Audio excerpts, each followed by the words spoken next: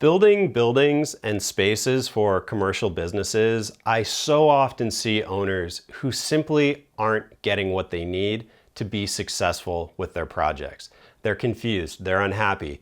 It very often stems from the fact that this isn't their area of expertise, is how to take an idea and bring it to life as a building. That's development, and not everybody has the background in that. And very often, new and growing businesses don't have a team like that in-house, which is what most big businesses do. They have a whole team. I used to be one of these. I used to lead a team like this. And so it's really the fact that most owners don't know the process for taking an idea and bringing it to life, and how many different steps are involved, who's involved at what point, when are they actually needed to be involved, versus something that often happens, which is a realtor or someone like that saying, hey, you need an architect, and it's like extremely early in the project. What often happens from that is that owners end up paying $10,000, $20,000, $30,000 for a concept or a schematic drawing set, and then they look at it and just go, like, this isn't at all what I wanted, I don't like it, it's not doing what I need it to do from a business point of view. And then what do? You've sort of put in this money, which is not insignificant, and especially if you're starting a business when you really may not have, I mean, this might even be from your personal funds. Whatever it is, it's giving you something that isn't really what you actually need. Why is this happening? I can't speak for every architect out there, but I can say, after talking with many, many architects and managing many different architects, that ego is a problem. Because if you're seeing things that you're not asking for, but you will have to be paying for, then where is it coming from? It has to be coming from somewhere. And you may be sort of like a drive-by architecture victim in a sense of getting things put into your project that are not necessarily in your interest, but in someone else's interest. Call it ego, call it whatever you want, but I see that happening all the time. And why is that happening? Part of it is because architects are trained as generalists. We'll do a house and then a library the next semester, and then it's all over the map.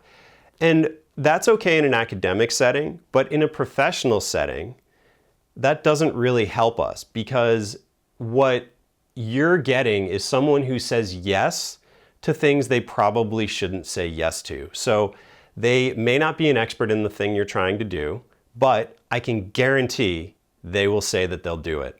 And I mean, partly it's funny because, very often when someone says, oh, I've told my architect about you, they'll call you if they need help. I almost can guarantee that they will not call, even if I can help them in a very specific, probably very helpful way. So that's sort of what happens, and that's why it's a bad thing. And furthermore, there is pretty much zero education about construction, maybe 2 semesters, certainly none about construction management. And so the reality is that so many decisions are made before architects are ever involved. In commercial development, so people who are building huge buildings, like by the time the architects are involved, a lot of the decisions have already been made. Where it's going, how big it is. It's sort of like, here's this volume, this basic shape, please make it look nice, or please fit our stuff into it. That's not, I learned that doing development, leading development and a development team in-house for a decade, how critical those early decisions are, because that's where the project is being shaped. So for people like realtors or whoever to sort of say, trying to be helpful, hey, you need an architect at the very beginning, that may be true, that may be one way to go. It also could lead you in a direction where there's sort of nobody actually steering the ship, but people doing all these different jobs, or even worse, somebody steering a ship who really actually doesn't have the awareness as an expert to know better. And that's a problem for you as the owner. People are so often making things more complicated than they need to be. And that's where this idea of a minimum viable building has been something I've been thinking about for the last while. And what I mean by that is not something that's boring at all. What I'm saying is using your capital, your money, in the most powerful way because we know we have to spend money. So how can we spend it in a smart way to get the most distance for your business? And this doesn't mean just being a service provider. What this means is engaging in a process, a framework to extract the material, the intent, the goals, all these different things. And that could be everything from, a specific part of your business, or we need to be open by a certain day, or we need to do this for less than whatever dollars.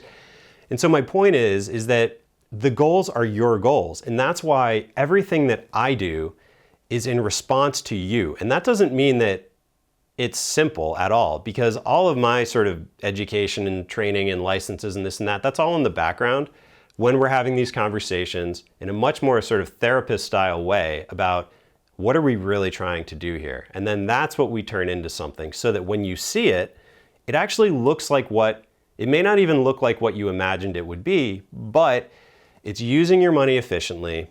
It's something that we can build, something that is actually supporting your business, and that should be visible in the actual drawings.